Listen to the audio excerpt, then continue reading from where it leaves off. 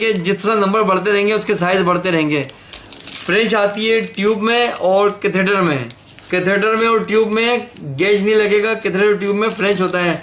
French का मतलब भी ये है कि जिस तरह से गेज में निडल की चौड़ाई होती है, उसकी मोटाई होती है, जितना साइज़ बढ़ता रहता है उतनी मोटाई होती रहती है।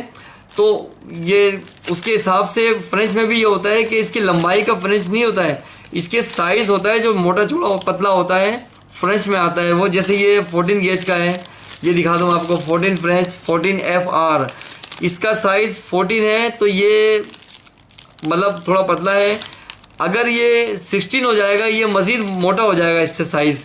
मतलब बताने का ये है कि फ्रेंच में जो होता है कि जितने नंबर बढ़ते रहेंगे, मतलब 12, 14, 16, 18 उससे बड़ा हो जाएगा, 20 उससे बड़ा हो जाएगा, 24 उससे बड़ा हो जाएगा, 28 उससे बड़ा हो जाएगा। तो जितने फ्रेंच में साइज़ बढ़ते रहेंगे उसमें ये